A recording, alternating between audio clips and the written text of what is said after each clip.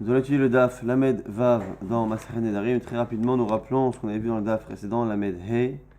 On avait terminé d'expliquer l'avis de Rava qui disait que lorsque quelqu'un interdisait à son prochain un bien avec un éder, eh bien, même si après il donne à cette personne l'objet, eh bien, cet objet continue d'être interdit, c'est-à-dire que la personne elle a prévu à la base d'interdire son objet à l'autre, même dans le cas où il lui donne, et non pas que tant que l'objet lui appartient. On a vu après une sheila, est-ce qu'il y a Me'ila Bekonamot, est-ce que lorsque l'on fait un éder et que l'on interdit un objet comme un korban, c'est-à-dire que c'est pas réellement un korban, mais c'est comme un korban, est-ce que il y a Me'ila, si on profite après de la chose qu'il y a Me'ila, c'était la question qu'on avait posée.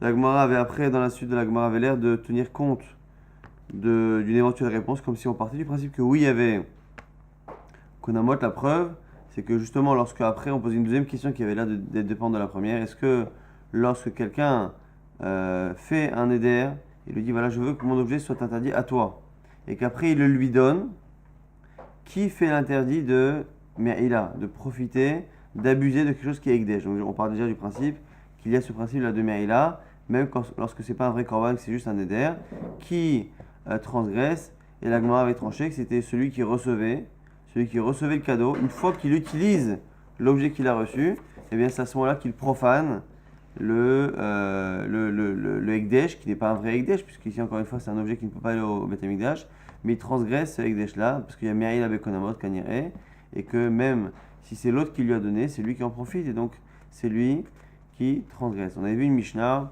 qui disait que de la même manière qu'on pouvait faire les mitzvot, on avait vu pour celui qui était Moudar Bana'a, eh bien c'est la même chose, même si deux personnes sont interdites mutuellement, eh bien celui qui n'a pas le droit de faire profiter l'autre de lui a le droit de lui prélever la trouma. Donc à chaque fois que quelqu'un a une récolte, il doit prélever la trouma, et bien même si la personne n'a pas le droit de profiter de moi, j'ai le droit de prélever la trouma pour lui, les darato, avec son accord, enfin, ou de son accord, mais ici, la Mishnah ne précise pas de quel accord, l'accord de qui, l'accord de celui qui prélève pour son ami, ou celui qui est propriétaire de la récolte, et la Gemara parlera de ça, et on a vu aussi qu'au passage qu'il y avait plusieurs corbanotes qu'on pouvait apporter, on pouvait lui enseigner plusieurs choses, Midrash, Halacha, Vechoulé, mais pas Mikra, tout ce qui est Tanakh.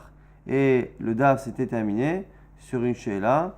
Est-ce que lorsque les Kohanim, parce qu'ici on avait vu justement qu'on pouvait apporter des korbanot, c'est-à-dire que le Kohen pouvait apporter un korban et faire le travail du Kohen, même pour quelqu'un qui n'a pas le droit de profiter de lui.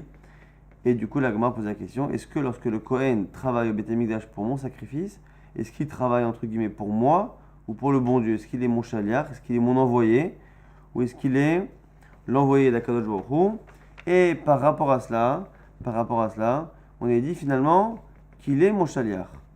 Il est mon shaliach, et donc normalement, puisqu'il est mon shaliach, eh bien il n'a pas le droit, si je n'ai pas le droit de profiter de lui, il ne peut pas faire mon korban, puisqu'on a dit que puisque le Kohen travaille pour moi, entre guillemets, eh bien lorsque le Kohen a fait un éder de ne pas me faire profiter, il ne pourrait pas apporter mes korbanot. Ah, dans la Mishnah, on a vu que parfois oui, eh bien c'est une exception, ce sont les korbanot qui nécessitent d'avoir kapara, d'avoir un pardon par rapport à une faute, une expiation d'une faute, et ces korbanot-là, on a vu dans les Rav Yochanan, sont particuliers, à tel point qu'on peut même les faire pour quelqu'un sans son accord.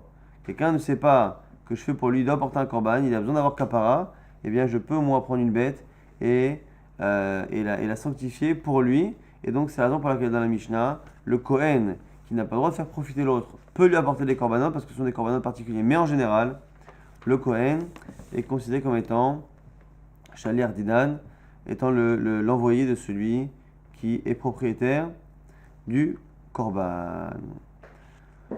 Mativ Rav Shimi Bar Abba. Imaya Kohen, donc on reprend maintenant Daf la Medvav en haut. Mativ Rav Shimi Bar Abba. Objection de Rav Shimi Bar Abba. Imaya Kohen Izrok Alav Dam Hatato Vedam Hashamo.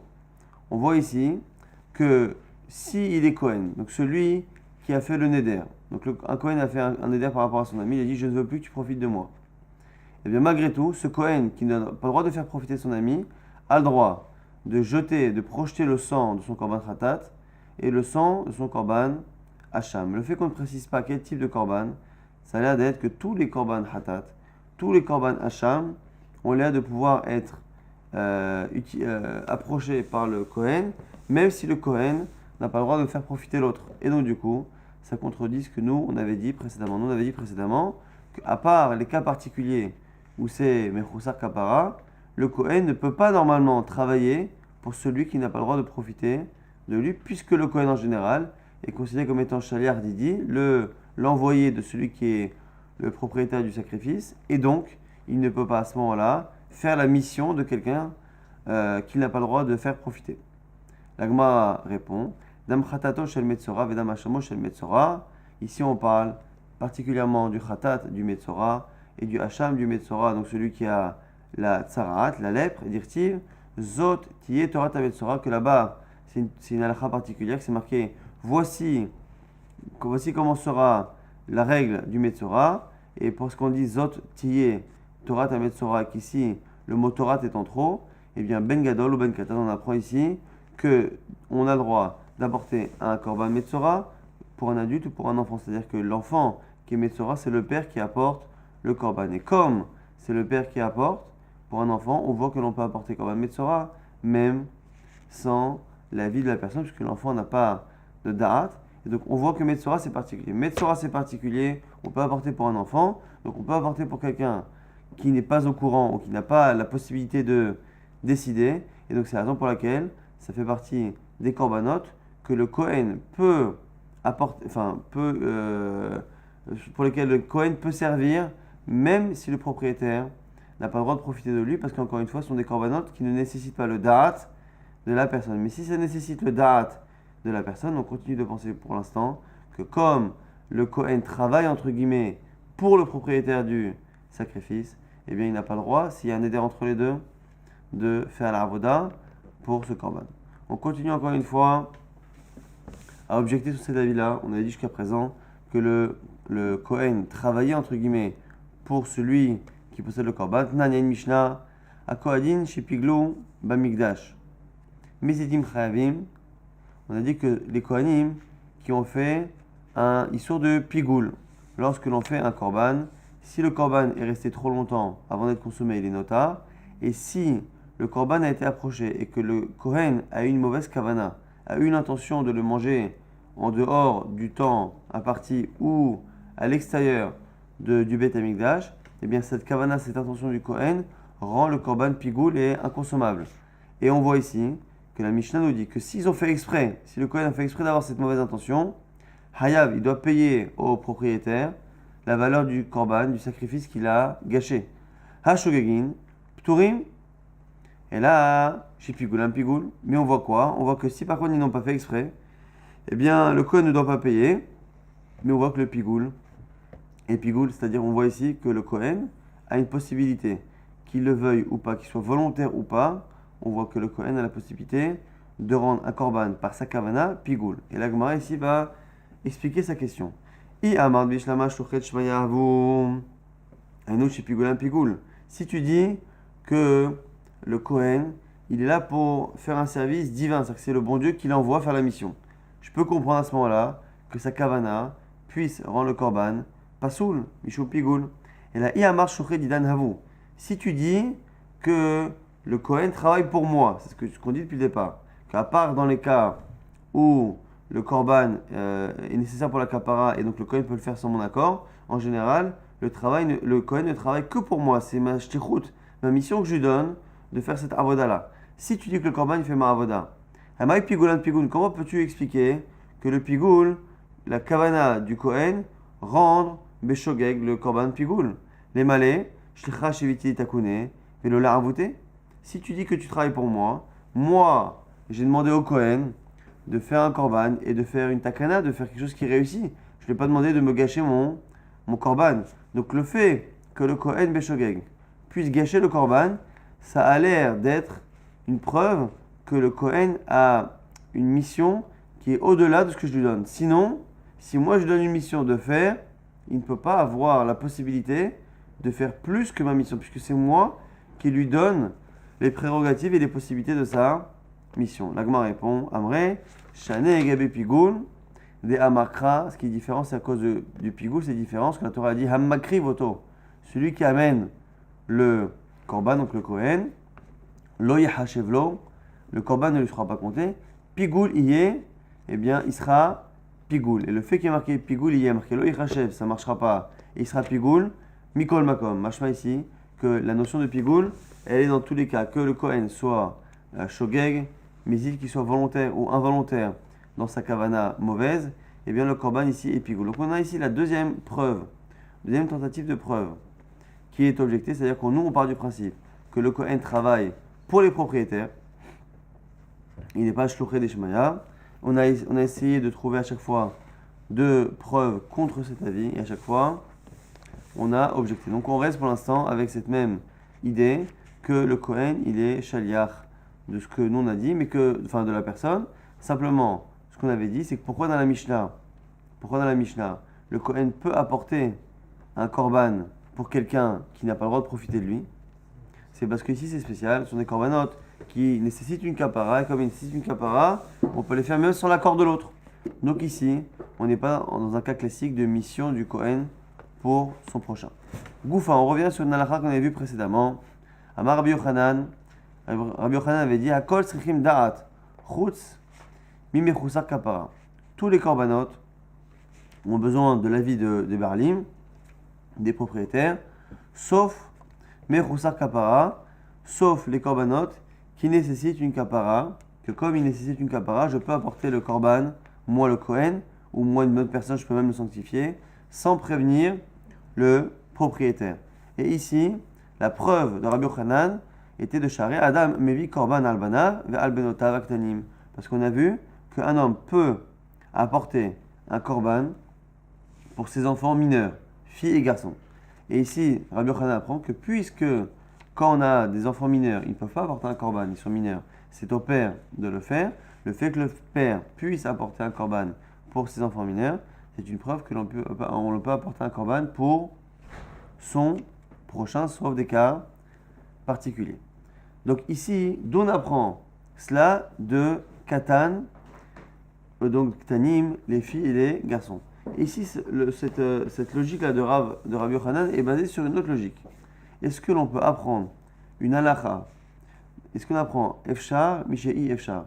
Est-ce que l'on peut apprendre d'un cas où on n'a pas le choix, une halakha, la même halakha lorsqu'on a le choix? Un enfant qui est mineur, il n'a pas d'art, il n'a pas d'esprit, il n'a pas de connaissance pour pouvoir justement sanctifier une bête et apporter un korban. Donc du coup, la Torah a permis au père d'apporter un korban. Qu'on a eu pour le Metzora, l'enfant qui est lépreux, il faut apporter un korban, mais c'est le père qui doit le faire.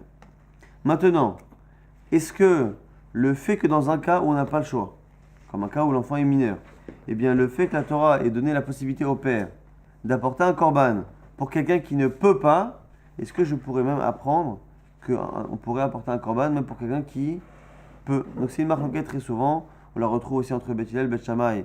Dans la Sechet Yevamot, on l'avait vu par rapport à la misade de Peria Orvia.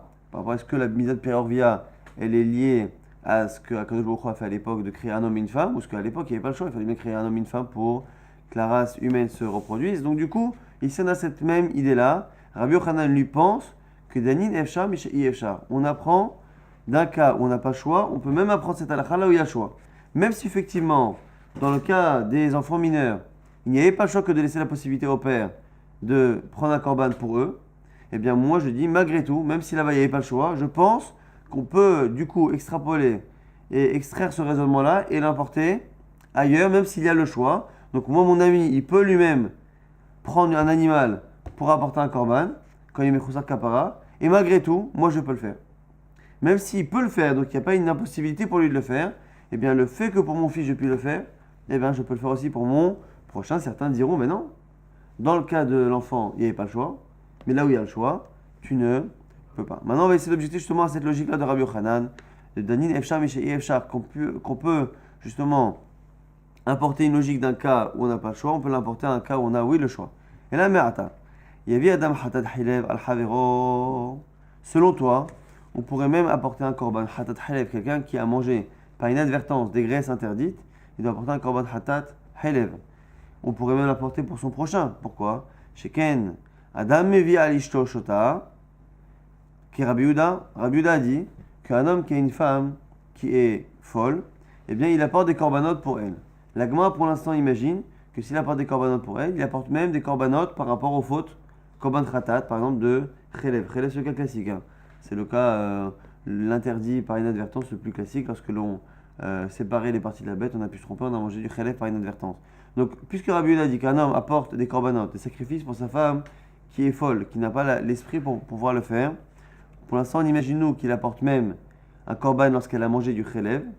Et donc on voit que il apporte pour sa femme un korban khatat. Et donc si c'est ça selon toi Rabbi Yochanan, puisque dans le cas de la femme, il apporte un korban khatat, même si là-bas c'est parce qu'il n'y a pas de possibilité autre, eh bien tu devrais l'apporter par ailleurs et donc je pourrais apporter selon toi un korban khatat pour mon ami. Or c'est faux. Alama Rabbi Lazar, ifrish khatat helev al havero, celui qui le fait pour son ami, ça ne marche pas. Donc l'objection elle est de ce type. Puisque Rabbi Yochanan part du principe que tout ce que l'on peut faire, même dans un cas où on n'a pas le choix, eh bien on peut l'exporter au cas où on a le choix.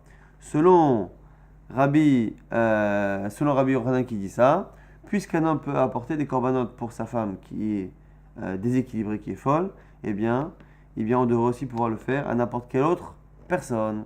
La Gemara dit maintenant, mais qui te dit qu'un homme peut apporter un korban khatat pour sa femme? Il y a marqué qu'il peut apporter des corbanotes. Maintenant, un korban khatat, qu'il y a une faute, qui te dit? Regarde bien, et tu verras qu'un korban khatat, il y a une faute, on ne peut pas l'apporter pour une personne qui a perdu la raison. Pourquoi? Mais comment tu veux qu'il apporte un korban khatat pour sa femme? Si tu dis qu'elle a fauté, qu'elle a mangé la graisse interdite alors qu'elle était déjà, elle avait perdu la raison, la vad korbani, elle ne peut pas apporter un korban parce qu'elle a perdu la raison. Elle n'est même pas bichlal chayav d'une quelconque mitzvah. Et si tu me dis que non, elle a mangé le chelev par inadvertance alors qu'elle était encore en bonne santé, et c'est après qu'elle a perdu la raison, là aussi, Amar Rabbi Ami, Amar Rabbi Aba, Amar Rabbi Yochanan, on a dit au nom de Rabbi Yochanan qu'un homme lui-même, normal, Achal chelev, il a mangé du chelev, Ifrish le korban, il a mis de côté un korban, Nishtata, il a perdu la raison, Chazav et Nishtafa, et après il a retrouvé la raison, il est redevenu comme il faut. Pasoul, le korban il est pasoul.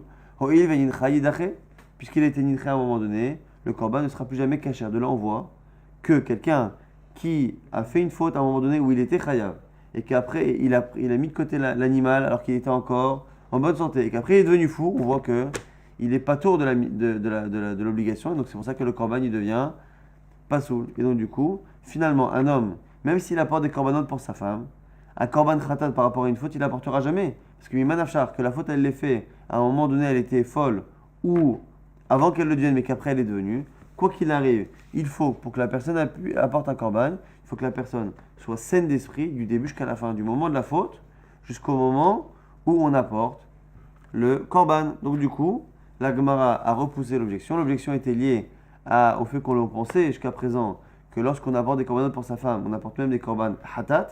Et donc si c'est cela, sur le Rabbi Yochanan, on devrait apporter un korban khatat pour les autres. Or ici, encore une fois, on est parti ici d'un postulat qui est faux, qui était de penser qu'on pouvait apporter même des korbanot khatat pour sa femme. Donc pour l'instant, on n'a pas mis de côté Rabbi Yochanan, qui lui pense que Danin Efshar, Mishai Efshar, on peut apprendre d'un cas où on n'avait pas le choix, on peut apprendre cette halakha dans un cas où on a le choix. On continue encore d'objecter. Et là, Me'ata, Yavi Adam Pesach al Havero, Sheken Adam Mevi al Banav al Benotav Aktanim. Si c'est ça, encore une fois, ton raisonnement, je l'applique ailleurs à Rabbi Yochanan. Un homme, lorsqu'il fait Korban Pesach, normalement, Korban Pesach, c'est tous ceux qui sont minouim.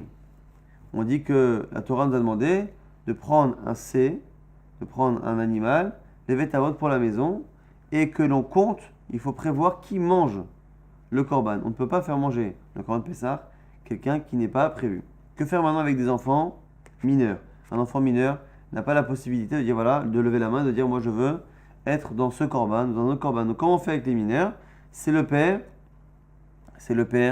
qui les nomme et qui dit voilà, je veux que mes fils et mes filles fassent partie intégrante de ce korban Pessah. Donc on voit que le père, encore une fois, c'est lui qui remplace le da'at de l'enfant.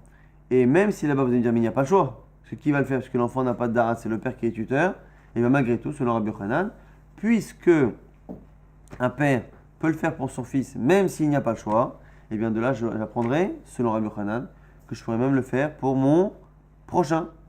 Puisque Danin Efshar, mais chez Efshar, même si aujourd'hui, pour mon prochain lui-même, il peut prendre la décision, eh bien, je peux apprendre que ce que je peux faire pour mon enfant dans un cas de nécessité, je peux l'appliquer dans un cas où il n'y a pas de nécessité. Le problème, c'est que cette halakha-là, elle est fausse. Alama Rabbi Lazar, sur le nom de Rabbi Lazar, et Frish Pesach al Chavero. Alors, ça cloum, celui qui a nommé son ami sur le Korban Pesach sans le lui demander, eh bien, la mitzvah n'est pas faite, il n'est pas nommé sur le Korban Pesach. Donc, comment se fait-il que la logique de Rabbi Yochanan, de dire qu'une halakha qui fonctionne dans un cas où il n'y a pas d'autre possibilité, eh bien, on peut même l'appliquer là où il y a une possibilité, comment se fait-il que ce raisonnement-là de Rabbi Yochanan ne s'applique pas? Amar Rabbi Zera répond, c'est les vetavot, la deoraita. Il dit non, mais en fait, t'as pas compris.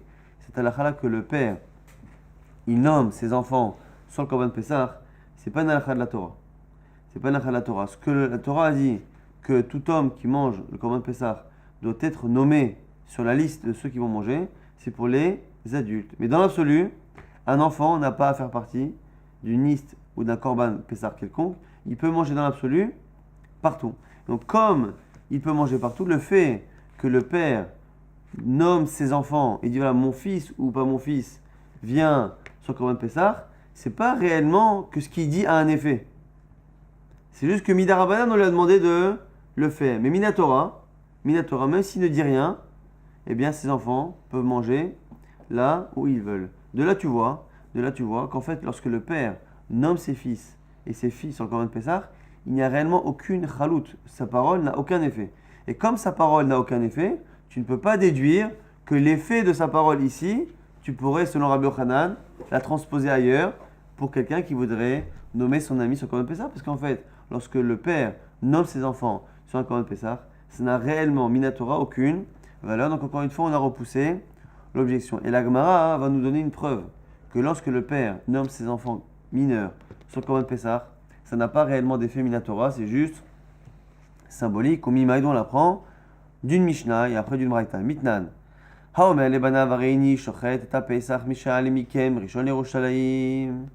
fais le Korban Pesach dès maintenant, je fais la Shrita. Mais écoutez mes enfants, donc on est la veille. Celui qui arrive en premier à Jérusalem, donc qui leur fait une course avec un objectif, celui qui arrive en premier à Jérusalem, c'est lui qui méritera d'être nommé sur mon Korban Pesach.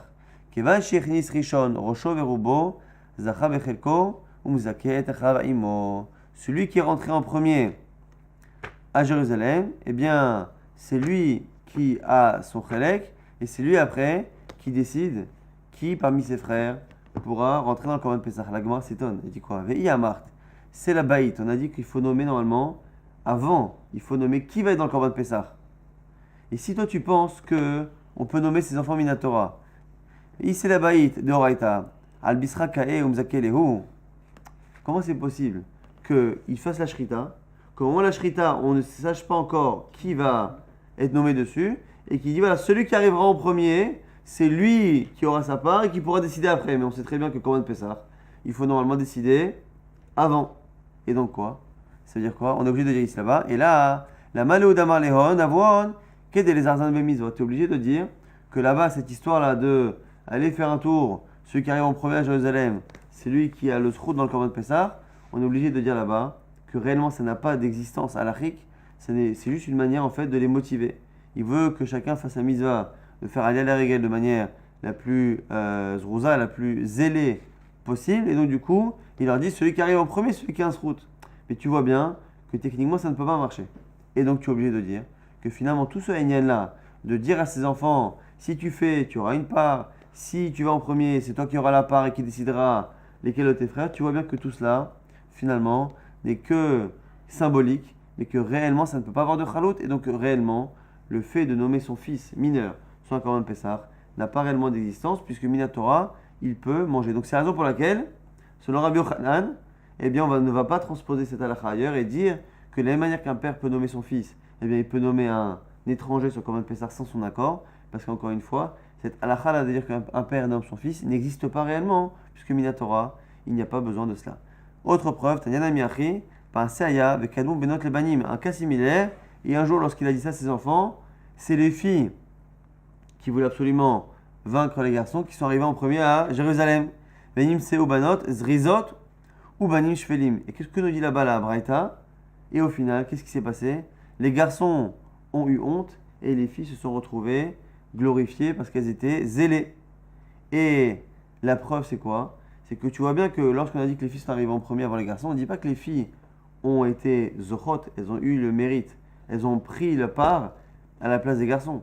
Il y a juste marqué que les filles sont passées pour des personnes zélées et les garçons ont perdu la face parce qu'ils sont passés pour justement ceux qui manquaient de zèle. Et donc on voit bien que finalement, la seule conclusion de la Braïta, du fait que les uns soient passés avant les autres, c'est simplement que l'un est zélé et l'autre ne l'est pas. On ne dit pas un il a eu le droit et l'autre n'a pas eu le droit. C'est une preuve encore une fois que toute cette histoire de nommer l'enfant sur un Corban Pessah est que liée à un symbole et au fait de vouloir éventuellement les motiver, mais non pas réellement une halakha qui donne le droit au père de nommer. Donc du coup, on n'a toujours pas d'objection à Rabbi Yochanan qui continuera de penser qu'on apprend une halakha d'un cas où on n'a pas le choix, à même un cas où on a le choix. On avait vu dans la Mishnah que Torem et Trumotav, on peut être Torem la Trouma, on peut prélever la Trouma pour quelqu'un, même si je n'ai pas profité, on tourne la page ici, et on commence à avoir une objection par rapport à cela.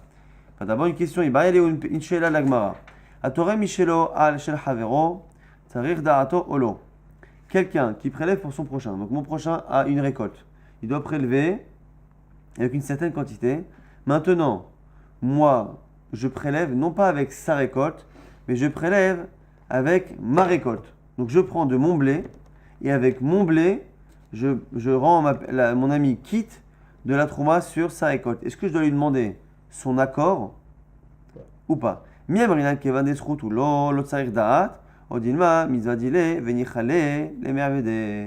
Est-ce que finalement, puisque je lui fais faire une mitzvah, c'est un srout, et bien on peut lui faire sans son accord, puisque c'est un gain, ou est-ce que tu pars du principe qu'il y a une perte? Pourquoi? Parce que la personne, c'est vrai que tu lui fais faire une mitzvah, mais la mitzvah, peut-être qu'il aurait aimé la faire lui-même, avec son propre argent, et le fait que sa mitzvah, avec son argent, soit toi qui la fasses pour lui, eh bien peut-être que tu lui fais perdre une partie de la mitzvah, et donc il veut pas. C'est la question de la Gemara. Et la Gemara tente en fait de trancher avec le cas de notre Mishnah, où dans la Mishnah on a dit que l'on pouvait prélever la récolte pour quelqu'un que normalement je n'ai pas le droit de faire profiter de moi, et on doit le faire les darato, avec son accord. Mais l'accord de qui? Le mien ou le sien? Et la Gemara va essayer de comprendre et de déduire par élimination. Tashma, Torem et Trumota va être Masarotav. Les darato, on a dit dans la Mishnah que même s'il n'a pas le droit de profiter de moi, je peux prélever sa trouma et son maaser, les darato, avec l'accord ou avec son accord d'une personne, lui ou moi. Bema Yaskinan. De quoi parle-t-on? Alors pour l'instant, la Gemara va envisager, en fait, à chaque fois, lorsque je prélève la trouma pour mon prochain, il y a deux possibilités déjà. Enfin, il y en a quatre. Soit je prélève avec mon argent, soit je prélève avec son argent. Est-ce que je prends de sa récolte pour prélever sa trouma, ou est-ce que je prends de ma récolte pour lui prélever sa trouma? Et après, dans les deux cas, on a aussi, est-ce que c'est lui qui m'a demandé de le faire, ou est-ce que je l'ai fait de moi-même? La Gemara exclut dès le départ le fait qu'il m'ait demandé. Si les darato, c'est lui qui me l'a demandé, quel que soit l'argent avec lequel je prélève, ma récolte ou la sienne, puisque c'est lui qui m'a demandé, quelqu'un qui me demande de faire quelque chose, et que je le fais, ça s'appelle qu'il y a un profit. Le profit d'être écouté. Il m'a demandé de faire quelque chose, je le fais, il y a un profit, ce qu'on a vu tout à l'heure. Si le Kohen travaille pour moi, eh bien il ne peut pas réellement faire ma mission s'il y a un éder entre nous deux. Et du coup, la Gemara, et donc par élimination, on verra que c'est le cas qui répond à notre question. Il est ma min baal akeri. Si tu dis que dans la Mishnah, on a dit qu'on pouvait prélever, on prélève de la récolte du bonhomme. Al shel baal akeri pour lui, donc pour sa récolte. Ou le darato deman, selon l'accord de qui? Il est mal les darato, il est un chavier shaliach. Si tu dis que c'est moi qui le fais, ça marche pas. Comment? Est-ce que j'ai le droit, moi, de prendre la récolte de mon prochain? Je prends de sa récolte et je prélève pour sa récolte. Il m'a demandé, donc ça marche pas. Et là, les darato des barakeri, donc c'est lui qui m'a demandé. Moi, ça on a dit il y a un instant que si c'est lui qui m'a demandé, je ne peux pas écouter et obéir à sa mission s'il y a un éder entre nous. Parce que le fait simplement de l'écouter, c'est une anaa. Le simple fait de l'écouter, c'est un problème. Donc du coup, la Gemara, pour l'instant, réfute la possibilité de dire que c'est quelqu'un qui prélève avec la récolte du bonhomme lui-même. Pourquoi? Parce que s'il m'a rien demandé, ben il m'a demandé. Et s'il m'a demandé, il y a un profit, donc ça marche pas. Et là, Michelo, Hachel Balakeri. C'est un cas où je prélève avec mon argent. Donc c'est la Mishnah. Je prélève avec mon argent pour lui. Ah maintenant, quel cas? Est-ce qu'il m'a demandé ou pas? Encore une fois, s'il m'a demandé, c'est pas possible, il y a une anaa. Ou l'ato deman. Il est mal Balakeri. Si c'est lui qui m'a demandé, Hamekahanele, on a dit on n'a pas le droit d'écouter la demande et de rendre service à quelqu'un qui nous l'a demandé lorsqu'il y a un éder. Et la live d'arrêter des nafshé, forcément que c'est moi qui l'ai voulu. Ou Michelo, Torah Machel Chavero, Viyamart, Sarir Da'at, Hamekahanele, même si cette partie de la Mishnah selon l'Oran, on la lit parce que c'est la même question que ce qu'on a dit, c'est-à-dire que si c'est lui qui m'a demandé, et bien à ce moment-là il y a une anaa, et la lave, et Sarir Da'at, et donc du coup, la seule possibilité qui nous reste, c'est de dire que je prélève avec mon argent. Comme c'est mon argent, et ben j'ai pas besoin de lui demander. Et s'il me demande, j'ai pas le droit de le faire parce qu'il y a une anaa. Et donc du coup, le cas de notre Mishnah serait une preuve que justement, j'ai le droit de prélever tant que c'est avec mon argent, sans lui demander.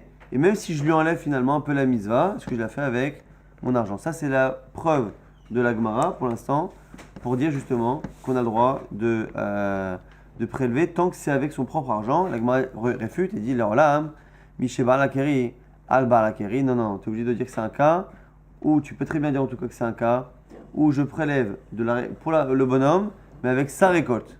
Ah, mais on a dit que si c'est avec la récolte du bonhomme pour sa récolte, eh bien, soit s'il m'a pas laissé la possibilité, j'ai pas le droit de le faire, soit il m'a demandé, c'est une shlichut et j'ai pas le droit de la faire parce qu'il y a un éder. La Gemara dit non, c'est un cas où c'est ni shlichut, ni c'est interdit de le faire. Quel cas?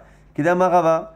Omer Kolarotselitrom, Yavovitrom. Celui qui a dit sur sa récolte, tout celui qui veut venir sur ma récolte et prélever pour moi peut le faire. Donc du coup, il ne lui a pas demandé réellement de le faire. Donc il n'y a pas d'anaa de l'écouter, de lui obéir. Mais il n'y a pas non plus d'interdit de venir sur sa récolte et le faire parce qu'il a laissé la possibilité à tout le monde de le faire. Nouvelle chéla dans la Gemara, Ba'emine, Abir Miya, Mirabizera, Atorem Shelo Hashel Havero, Tovat Anaa Shelmi. Celui qui maintenant prélève. On a dit qu'on peut prélever avec ma récolte, je peux prélever pour l'autre. Maintenant, si je le fais, qui doit choisir à quel Kohen je donne? J'ai prélevé avec mon argent pour lui, donc c'est moi qui l'ai fait avec mon argent. J'ai le droit de le faire. Simplement, qui choisit à quel Kohen donner? Lui veut donner à un Kohen qu'il connaît. Moi, je vais donner à un autre Kohen. Est-ce que j'ai le choix de le faire ou pas? Mais Amrinan, il a péré des yach, mimitakna. Karyadeahu, Odilma, Ilav Karyadeahu, Lo Avia Pere Daden Trouma. Deux possibilités. À la fois, moi j'ai envie de dire que comme c'est avec mon argent que j'ai fait, eh ben c'est mon argent. Sans mon argent, il n'y aurait pas de Trouma et donc du coup, c'est moi qui décide de donner au Kohen. Mais d'un autre côté, l'autre peut dire oui, mais c'est vrai. Mais l'existence même de la Trouma existe grâce au fait qu'il y a une récolte. Or, c'est ma récolte. Et donc, c'est moi qui décide à qui donner la Trouma. C'est la Sheila qu'on verra dans la suite si tu veux. Et demain.